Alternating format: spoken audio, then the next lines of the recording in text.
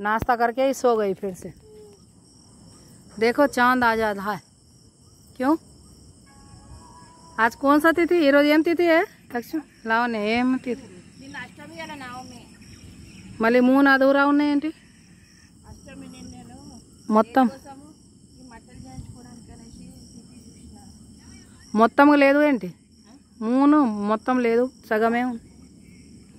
సగమే ఉంది ఎందుకు 3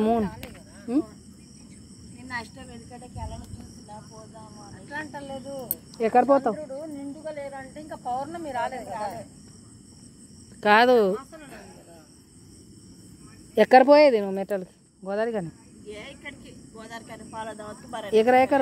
ఎకర ఉంది ఇక్కడ